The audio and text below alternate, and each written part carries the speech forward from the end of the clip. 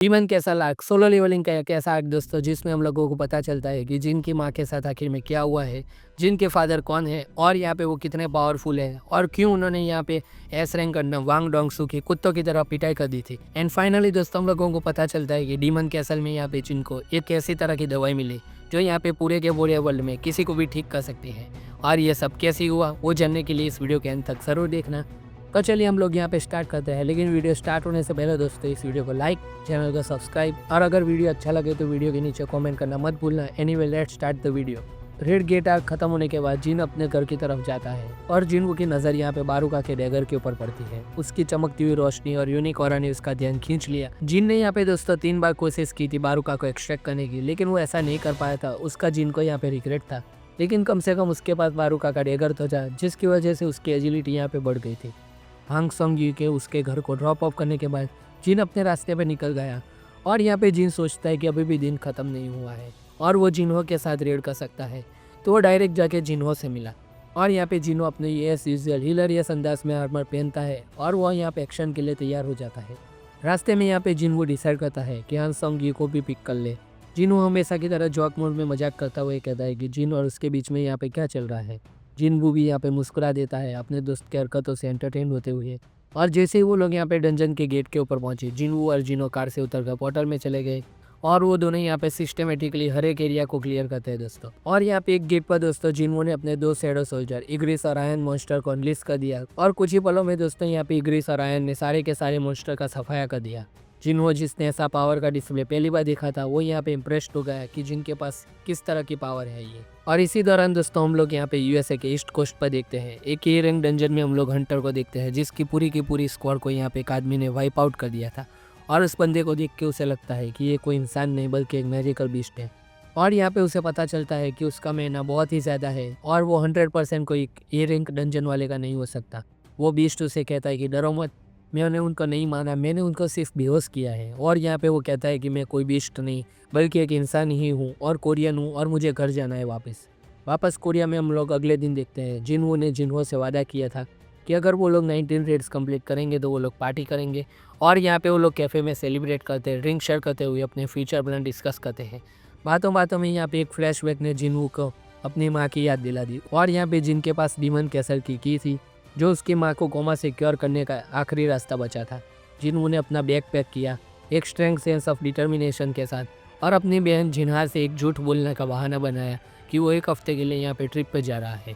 City के बीचों बीच यहाँ पे डीमन कैसल का कीटी मर जो चुका था दोस्तों और एक भयानक पोर्टल जो डेंजर और अपॉर्चुनिटी दोनों का रास्ता था यहाँ पे। और अब यहाँ पे जिनको पिछले फॉर्मिडेबल चैलेंज की याद आ गई, कैसे उसने सेरेबियस को पिछली बार हराया था और अब यहाँ पे उसका लेवल 3 गुना हो चुका था और वो यहाँ पे पहले से ज़्यादा तैयार फील कर रहा था। उसके हाथ में जो की थी वो और टाइट हो गई और वो गेट में एंटर कर गया दोस्तों। और जो भी अंदर उसका इंतज़ार कर रहा था यहाँ पे उसका सामना करने के लिए जिन्हो अपना रेडी था। अंदर घुसते ही जिन्हो को एक नई क्वेस्ट मिलती है कि कल 10,000 डीमन सोल्स एक स्पेशल रिवॉर्ड उसका इंतज़ार कर रहा था, इंक्लूडिंग बिलियंस ऑफ गोल्ड के वेपन के साथ। और यहाँ पे हम लोग डंजन को देखते हैं जो कि एक फील्ड टाइप डंजन था जिसमें दीवारों से आग निकल रही थी और एक हेलिश लैंडस्केप क्रिएट कर रहा था जो यहाँ पे सिवल सिटी का एक ट्विस्टेड वर्जन लग रहा था जिनको। और यहाँ पे अंदर बढ़ते हुए यहाँ पे जिनको डीमंस मिले जो यहाँ पे फ्लेम्स उगल रहे थे। जिन्हो की इंस्टिंक्ट्स एक्टिव हो गई और उसने अपना ट्रस्टेड डैगर समन किया। जैसे ही वो एक एक डीमन को मार रहा था दोस्तों यहाँ पे घंटे गुजरते गए पर एक्सपीरियंस पॉइंट यहाँ पे जिनको कम मिल रहे थे। यहाँ पे जिन्हें रियलाइज़ किया कि जैसे जैसे उसका लेवल बढ़ता है वैसे वैसे एक्सपीरियंस पॉइंट की डिमांड भी बढ़ रही है। उसे अपनी स्पीड बढ़ानी होगी वरना वो हायर लेवल्स तक पहुंचना चाहता है, वो कभी पॉसिबल नहीं होगा और यहाँ पे उसकी क्वेस्ट कंप्लीट नहीं हो पाएगी। और यहाँ पे फर्स्ट फ्लोर क्लियर करने के बाद जिन्हो के एक आइटम मिला, सेकंड फ्लोर में एंटर करने का परमिट। ये परमिट एक डेविएशन सर्कल उसको फ्लोर्स के बीच में मूव ऑन करने की परमिशन देता है। ये सिवल टावर की जगह पर था। जिन्हो ने यहाँ पे अपने शैडो सोल्जर आइस बियर को समन किया और उसके ऊपर चढ़ गया और कमांड दिया कि वो डेविएशन सर्कल की तरफ आगे बढ़े। जैसे ही वो मूव ऑन कर रहे थे रास्ते में मैजिकल डीमंस ने उसके ऊपर अटैक किया, लेकिन यहाँ पे आइस बेयर्स ने उसे आसानी से चीर फाड़ दिया। हर फ्लोर डीमन के असल एक अलग वर्ल्ड था दोस्तों यहाँ पे और बीस्ट के एंट्री परमिट्स रैंडम स्ट्राइक से आते थे। सिर्फ परमिट्स आने के बाद ही जिन्हो यहाँ पे डिविएशन सर्कल और उससे आगे के फ्लोर में जा सकता था। यहाँ पे इस टावर में 100 फ्लोर्स थे और हर एक फ्लोर एक अलग वर्ल्ड। और यहाँ पे जिन्हो ने लेसर डीमंस के वेव का सामना किया। उनके नंबर्स यहाँ पे ओवरवेलमिंग थे पर उनकी इंडिविजुअल स्ट्रेंथ यहाँ पे बहुत ही कम थी। 27th फ्लोर तक यहाँ पे जिन्हो ने लगभग 2116 डीमन को इकट्ठा कर दिया था, लेकिन जिनवू को फास्ट मूव कर रहा था, पर टाइम उसका सबसे बड़ा एनिमी था यहाँ पे दोस्तों। उसे श्योर नहीं था कि वो एक हफ्ते के अंदर यहाँ पे 100th फ्लोर तक पहुँच पाएगा या नहीं। और यहाँ पे हम लोग ह्यूमन वर्ल्ड में देखते हैं कि बेक यूनहो व्हाइट टाइगर का गिल मास्टर, मीडिया उसके कॉन्स्टेंट सवालों का शिकार बने हुए था। रेड गेट इंसिडेंट के चलते यहाँ पे रिपोर्टर्स जवाबों के लिए चीख रहे थे, ये पूछते हुए कि हाई रैंक हंटर्स कैसे मारे गए जबकि लो रैंकिंग हंटर्स यहाँ पे जिंदा बच गए। बेक यूनहो फ्रस्ट्रेटेड और क्लियर आंसर नहीं दे पा रहा था। बार बार वो यही कह रहा था कि इन्वेस्टिगेशन अभी भी चल रही है। रिपोर्टर्स के डेस्परेशन को बेक यूनहो ने फॉर्मली रिफ्यूज़ कर दिया कि वो लोग सर्वाइवर्स का यहाँ पे इंटरव्यू ले सकते हैं। और यहाँ पे वो और भी ज़्यादा डाउट पैदा कर रहा था कि वो यहाँ पे कुछ तो छुपा रहा है। और इसी की उसके बीच यहाँ पे बेक यूनहो को फ़ोन बजा। जब उसने फ़ोन उठाया तो पता चला उसका दोस्त मिंग बिंग यू का कॉल था, जो एक मशहूर एस रैंक किलर था और उसका बहुत ही अच्छा दोस्त था। ब्यूंग यू ने उससे बताया कि जापान से किसी ने कोरियन हंटर एसोसिएशन को यहाँ पे कांटेक्ट किया था जेजू आइसलैंड के एक पार्टिसिपेंट्स के बारे में पूछने के लिए। बेक यूनहो अचानक से चौंक गया क्योंकि यही रेड थी जो 4 साल पहले हुई थी। बेक यूनहो और ब्यूंग यू ये दोनों इस डिजास्टर फील्ड मिशन के यहाँ पे सर्वाइवर थे। 4 साल पहले दोस्तों यहाँ पे जेजू आइसलैंड पर एक एस रैंक गेट खुला था और काफ़ी सारे हंटर्स को इसको क्लियर करने के लिए भेजा गया था, लेकिन 3 बार फेल होने के बाद कोरियन गवर्नमेंट ने जेजू आइसलैंड को छोड़ दिया। अब जेजू आइसलैंड यहाँ पे एंड से भर चुका था और एक डिस्टर्बिंग म्यूटेशन भी अब यहाँ पे हो गया था। ये एंड समुंदर के पार उड़कर दूसरे देश में आने लगी थी और हम लोग यहाँ पे एंड की बॉडी को शोर पर देख सकते हैं। बेक यूनहो की यहाँ पर स्पाइन तक चील हो गई है ये खबर सुन के कि एंड्स यहाँ पे वापस आ गए हैं। इसी बीच जिनहो जो एक हंटर के रूप में यहाँ पे लीडरशिप एस्पायर कर रहा था, अपने फादर से मिला अपने गिल्ड मास्टर लाइसेंस और रेड्स रिकॉर्ड प्रेजेंट करते हुए। जिनहो अपने फादर को यूजिन गिल्ड का मास्टर बनने के लिए मनाना चाह रहा था, लेकिन जिनहो को ये पता नहीं था कि उसके फादर को इसके सीक्रेट के बारे में जानते हैं। व्हाइट टाइगर गिल्ड का हंटर वांग ने रिवील कर दिया था कि जिनहो ही था जिसने रेड ग्रेट अकेले क्लियर किया और दूसरे हंटर्स को यहाँ पे बचाया। और यहाँ पे जिनहो के रेड के रिकॉर्ड के मुताबिक दोस्तों जिनहो उस स्ट्राइकर स्क्वाड का एक मेंबर था और जिनहो के फादर यहाँ पे इस जानकारी को नहीं जानते थे और उन्होंने एक चैलेंज प्रपोज किया। अगर जिनहो यहाँ पे यूजिन गिल्ड के लिए जिनहो को रिक्रूट कर लेता है उसके फादर चाहेन और बुयुंग यू जो रिटायर थे उसके रिक्रूट होने से पहले, तो वो शायद यहाँ पे जिनहो को गिल्ड मास्टर बनाने का सोचेगा। हालांकि जिनहो के फादर ने पहले भी चाहेन और बुयुंग यू को ये पोजीशन अप्लाई करने के लिए ट्राई किया था, लेकिन उन लोगों ने यहाँ पे मना कर दिया था। और वहीं यहाँ पे जिनहो से कहते हैं कि देखते हैं कि सबसे पहले कौन रिक्रूट कर पाता है। अब हम लोग वापस डीमन कैसल में जाते हैं जहाँ पे एक एक करके यहाँ पे जिन 50th फ्लोर तक पहुँच चुका था। और यहाँ पे 50th फ्लोर पर पहुँचने के बाद जिनहो का उसका सबसे पहला मेजर बॉस मिला वल्कन और उसके गार्ड्समैन जो यहाँ पे मैसिव स्वर्ड्स लेके आए थे। गार्ड्समैन हाई रैंक्स डीमन थे, लेकिन जिनहो के शेडो सोल्जर्स भी उसके साथ यहाँ पे स्ट्रॉन्ग हो चुके थे दोस्तों।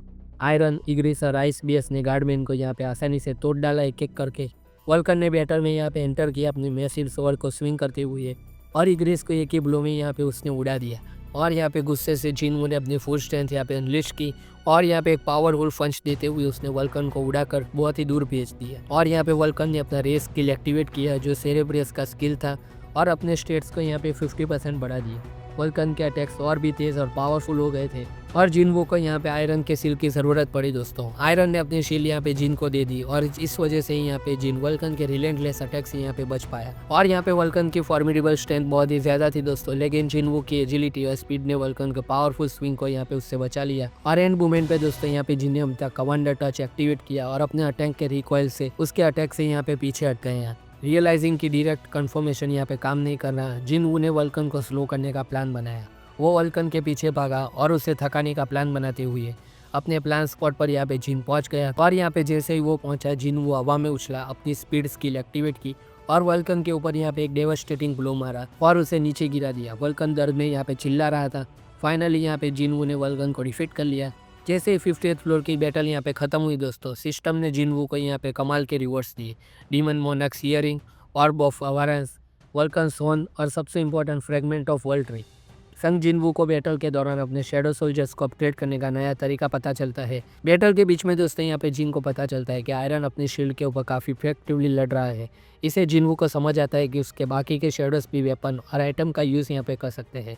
और यहाँ पे उनको टेस्ट करते हुए जिन मेजिस को यहाँ पे ऑर्ब ऑफ एवरेंस देता है। ऑर्ब ऑफ एवरेंस से अपग्रेड होकर यहाँ पे मेज शेडो आग का तूफान छोड़ देते हैं और एक बिल्डिंग का पूरा हिस्सा यहाँ पे राख में तब्दील कर देते हैं दोस्तों। और इसी दौरान दोस्तों हम लोग यहाँ पे यूएसए के हंटर हेडक्वार्टर में देखते हैं। वहाँ पे उस अननोन हंटर को वो लोग इंटररेट के लिए लेके आए थे। वो लोग यहाँ पे सोच रहे थे कि एक कोरियन हंटर यूएसए के डंजन में कैसे आ गया। वो हंटर ऐसा दावा कर रहा था कि वो 10 साल से डंजन में कैद था और जब डंजन ओपन हुआ तो वो डायरेक्टली यहाँ पे ही निकला। और लकीली उनके पास एक एस रैंक हंटर था जो यहाँ पे कोरियन जानता था, वांग डोंग सू। और हमें उस अननोन हंटर का नेम पता चलता है, सुंग इल वान। फाइनली यहाँ पे दोस्तों इंटरोगेशन स्टार्ट होता है और वो कहता है कि मैं कोई बीस्ट नहीं हूँ। वांग डोंग सू यहाँ पे कहता है कि तुम बीस्ट होकर प्रिटेंड भी कर सकते हो कि तुम एक ह्यूमन हो। वांग डोंग सू यहाँ पे पूछता है कि तुम इतने सालों तक डंजन में जिंदा कैसे रहे और यहाँ पे तुम मारे गए थे या फिर मरकर वापस जिंदा हो गए हो। तो वो हंटर पूछता है कि तुम लोग कितना जानते हो मैजिक बीस्ट और डंजन के बारे में। वांग डोंग सू कहता है कि क्या तुम मुझे बेवकूफ़ समझते हो। सुंग इल वान यहाँ पे कहता है कि डंजन मैजिक बीस्ट तो कुछ भी नहीं है, उससे भी बड़ी फोर्स अब अवेकन हो रही है और यहाँ पे आ रही है। और वो कहता है कि तुम जैसे हंटर उस फोर्स के सामने कुछ नहीं हो। और फिर यहाँ पे वांग डोंग सू उसकी इन्फॉर्मेशन पढ़ता है और उसे पता चलता है कि वो संग जिन वू का फादर है। और यहाँ पे वांग डोंग सू से कहता है कि मैं तुम्हारे बेटे को अच्छी तरह से जानता हूँ, लेकिन तुम्हारा बेटा यहाँ पे रेड गेट के अंदर मारा गया है। और यहाँ पे वो दोनों के दोनों गुस्से में हो जाते हैं और यहाँ पे सारे के सारे सीनियर्स भी आ जाते हैं क्योंकि ये दोनों कभी भी आपस में एक दूसरे के साथ यहाँ पे फाइट कर सकते हैं। और यहाँ पे दोस्तों हम वापस डीमन कैसल में जाते हैं जहाँ पे जिन वो 75th फ्लोर तक पहुँच चुका था। और जब जिन वहाँ पे पहुँचा तो वो पूरी जगह एक ग्रेवयार्ड थी, यानी मुर्दों का शहर।